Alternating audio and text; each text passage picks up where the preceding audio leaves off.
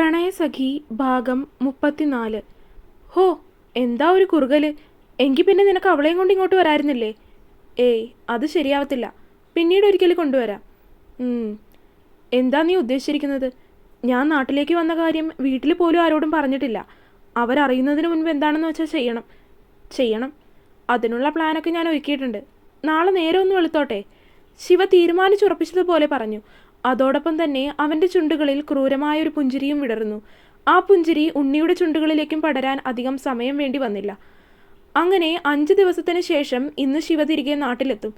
ഇന്നലെ രാത്രി തന്നെ പുറപ്പെടാമെന്ന് പറഞ്ഞപ്പോൾ രാത്രി വണ്ടി ഓടിക്കണ്ട എന്ന് പറഞ്ഞ് വർണ്ണയാണ് അവനെ തടഞ്ഞത്. രാവിലെ പുറപ്പെട്ടിട്ടുണ്ട്. വൈകുന്നേരം ആകുമ്പോഴേക്കും വീട്ടിലേക്ക് എത്തുമായിരിക്കും. അവൻ വരും എന്ന് പറഞ്ഞ് ഹോസ്പിറ്റലിൽ പോലും പോകാതെ വർണ്ണ ഇന്ന് ലീവ് എടുത്തിരിക്കുകയാണ്.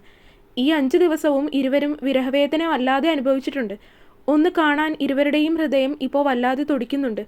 ഫോൺ കോൾ ചെയ്യുമ്പോൾ പോലും അവനിലേക്കും അവളിലേക്കും ചാഞ്ഞു പോകുന്ന ഹൃദയത്തെ ഇരുവർക്കും വരുതിയിലാക്കാൻ കഴിയുന്നുണ്ടായിരുന്നില്ല. ഇന്ന് വൈകിട്ട് അവൻ വരുമ്പോൾ അവൻ ഇഷ്ടമുള്ള ഭക്ഷണങ്ങളൊക്കെ കഴിക്കാൻ വേണ്ടിയിട്ട് വർണ്ണ തന്നെ അതെല്ലാം ഒരുക്കി വെച്ചിട്ടുണ്ട്. മുത്തശ്ശിയും ചെറിയമ്മയും അച്ഛനും അമ്മയും എല്ലാം അവളുടെ ഈ ചെയ്തികളെല്ലാം ഒരു പുഞ്ചിരിയോടെ നോക്കിക്കണ്ടു. കാര്യം അവൻ മുന്നും പിന്നും നോക്കാതെ വാശിപ്പുറത്ത് വർണ്ണയെ വിവാഹം കഴിച്ചതാണ്. എങ്കിലും അവനെടുത്ത തീരുമാനം തെറ്റിയിട്ടില്ല എന്നെല്ലാവർക്കും ബോധ്യമായി. ഇതിനിടയിൽ അന്നത്തെ സംഭവത്തിന് ശേഷം ഇഷ യാതൊരു കുത്തിത്തിരിപ്പും ഉണ്ടാക്കാൻ വർണ്ണയുടെ അടുത്തേക്ക് ചെന്നിട്ടില്ല എന്നുള്ളത് മറ്റൊരു രസകരമായ കാര്യം. കിട്ടേണ്ടത് കിട്ടിയപ്പോൾ ഇഷ അടങ്ങി എന്ന് വേണമെങ്കിലും പറയാം. ശിവ എങ്ങോട്ട് പോയതാണെന്ന് അറിയാമെങ്കിലും അറിയില്ലെന്നാണ് വർണ്ണ വീട്ടിലുള്ള എല്ലാവരോടും പറഞ്ഞത്. ജോലി സംബന്ധമായ കാര്യത്തിന് വേണ്ടിയിട്ട് അവൻ എവിടെയോ പോയിരിക്കുകയാണ് എന്നാണ് ശിവ വീട്ടിലെല്ലാവരോടും പറഞ്ഞിരിക്കുന്നത്. എല്ലാവരും അത് വിശ്വസിക്കുകയും ചെയ്തു, ഒരാളൊഴിച്ച്.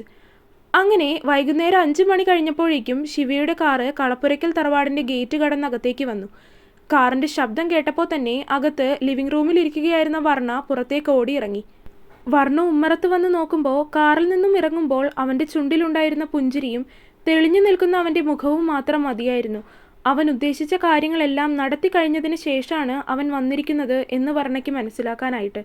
തന്നെ നോക്കി പുഞ്ചിരിയോടെ വീടിൻ്റെ ഉമ്മറത്ത് വന്ന് നിൽക്കുന്നവളെ അവനും കുസൃതിയോടെ ഒന്ന് നോക്കി. അപ്പോഴേക്കും വണ്ടിയുടെ ശബ്ദം കേട്ട് അച്ഛനും അമ്മയും മുത്തശ്ശിയും ചെറിയമ്മയും ഒക്കെ അങ്ങോട്ടെത്തി. ആഹാ, എല്ലാവരും ഉണ്ടല്ലോ. ശിവ ഒരു പുഞ്ചിരിയോടെ എല്ലാവരെയും നോക്കി പറഞ്ഞു. എല്ലാവരും അവനെ നോക്കി ചിരിച്ചു. യാത്രയൊക്കെ സുഖമായിരുന്നോ ശിവ? ചോദ്യം മുത്തശ്ശിയുടേതാണ്. സുഖമായിരുന്നു, അവൻ പറഞ്ഞ് കാറിൽ നിന്ന് ബാഗ് എടുത്ത് അകത്തേക്ക് കയറി. എല്ലാവരുടെയും ഒപ്പം അകത്തേക്ക് കയറുമ്പോഴും അവൻ്റെ നോട്ടം വർണ്ണയിലേക്ക് പാറി വീഴുന്നുണ്ടായിരുന്നു.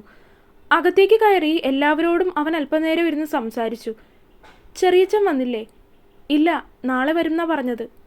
ഇഷ എവിടെ? അവൾ പുറത്തേക്ക് പോയിരിക്കുവാണ്. വയ്യെന്ന് പറഞ്ഞു, ഡോക്ടറെ കാണാൻ.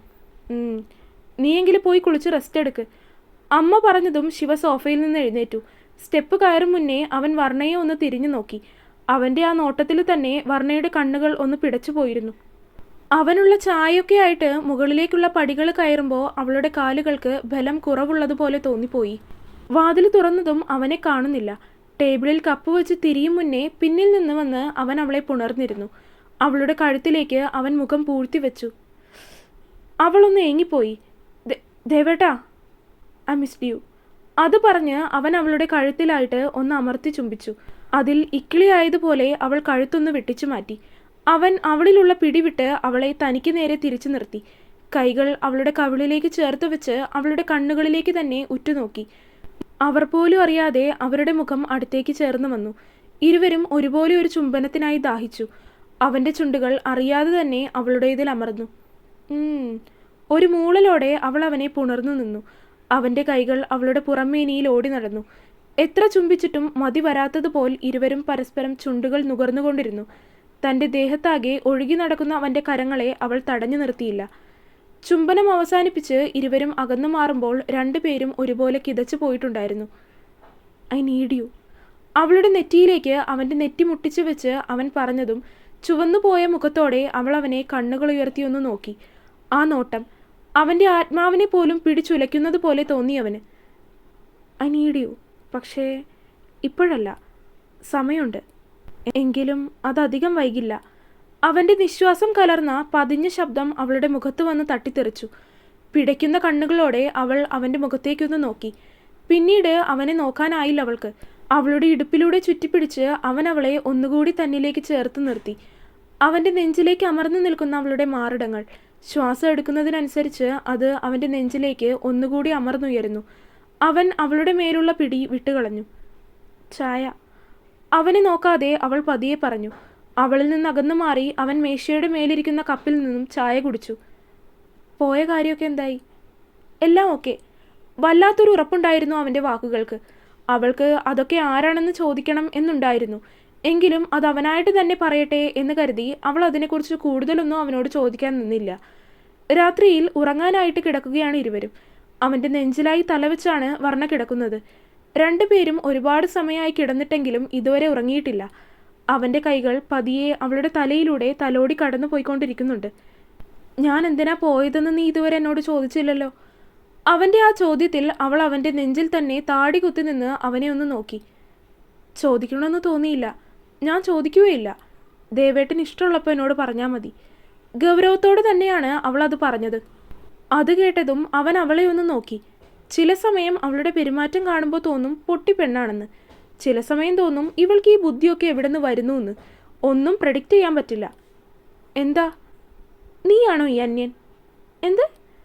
അല്ല, നിനക്ക് ഓരോ സമയവും ഓരോ സ്വഭാവമാണ്.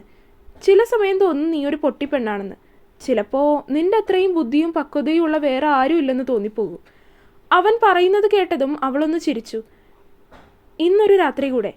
നാളെ ഞാൻ നിന്നോടെല്ലാം പറയും. ഉറപ്പോടെ അവൻ പറഞ്ഞതും അവളൊന്ന് മൂളി. പേടിയുണ്ടോ നിനക്ക്? എന്തിന്?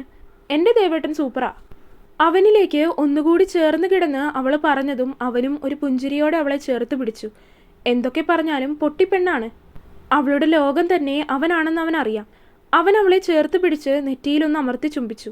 അങ്ങനെ 2 വർഷങ്ങൾക്ക് ശേഷം ശിവ അവളെ ചേർത്ത് പിടിച്ച് സ്വസ്ഥമായിട്ട് സമാധാനമായിട്ട് ഉറങ്ങി.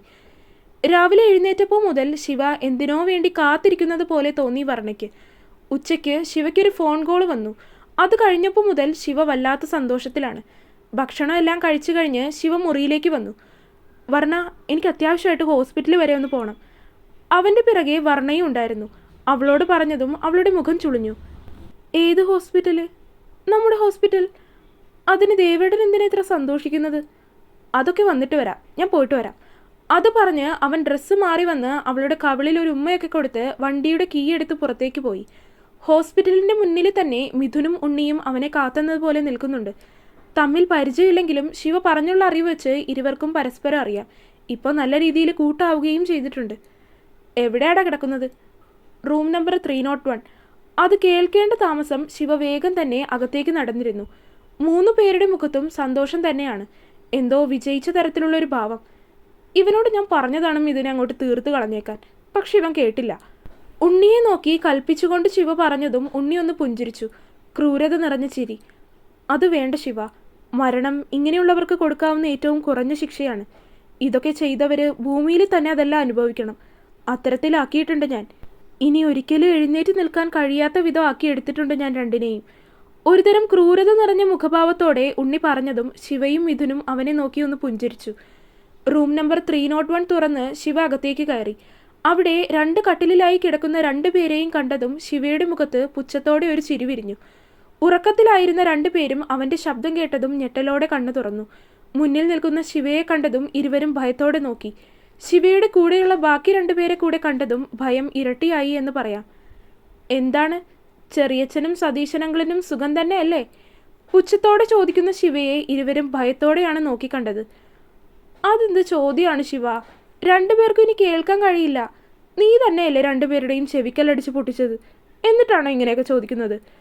ഉണ്ണി തമാശയോടെ ചോദിച്ചതിന് ശിവയും അതിനൊന്ന് ചിരിച്ചുപോയി. ഓ, അത് ഞാൻ ഓർത്തില്ല. അപ്പോൾ എങ്ങനാ, നമുക്ക് വീട്ടിൽ പോകണ്ടേ? ഇവിടെ ഇങ്ങനെ കിടന്നാൽ മതിയോ? 2 പേര് എഴുന്നേക്ക്. ശിവ വീണ്ടും തങ്ങളെ പരിഹസിക്കുകയാണെന്ന് ഇരുവർക്കും മനസ്സിലായി. എടാ ശിവ, നീ എന്താ ഇങ്ങനെ പറയുന്നത്? ഇനി ഒരിക്കലും 2 പേർക്കും കാലുകുത്തി നടക്കാൻ പറ്റില്ല. ജീവിതകാലം മുഴുവൻ വീൽ ചെയറിൽ കിടന്നുരുളാം. അത് പറഞ്ഞത് മിഥുനാണ്. എൻ്റെ ഏട്ടനറിഞ്ഞാൽ നിന്നെ ഒന്നും ബാക്കി കാണില്ല. ഇടയ്ക്കിടയ്ക്ക് ഇടറിപ്പോകുന്ന വളരെ പതിഞ്ഞ ശബ്ദത്തിൽ മാധവൻ പറഞ്ഞതും 3 പേരും ചിരിച്ചു പോയിരുന്നു.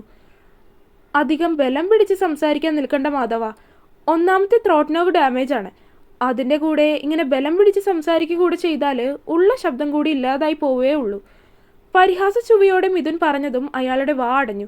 സതീശൻ പിന്നെ ഒന്നും മിണ്ടാതെ കിടപ്പാണ്. അപ്പോൾ നമുക്ക് പോകാം കളപ്പുരക്കിലേക്ക്. ശിവ ചോദിച്ചതിന് രണ്ടുപേരും ഒന്നും മിണ്ടിയില്ല. തുടരും. അപ്പോൾ വീഡിയോ കണ്ടവരെല്ലാവരും വീഡിയോ ലൈക്ക് ചെയ്യുക. നിങ്ങളുടെ അഭിപ്രായങ്ങൾ എന്തായാലും അത് കമൻ്റായിട്ട് അറിയിക്കുക. ചാനൽ സബ്സ്ക്രൈബ് ചെയ്യാത്തവർ സബ്സ്ക്രൈബ് ചെയ്യുക. അടുത്ത പാർട്ടായിട്ട് നാളെ വരാം. ബൈ.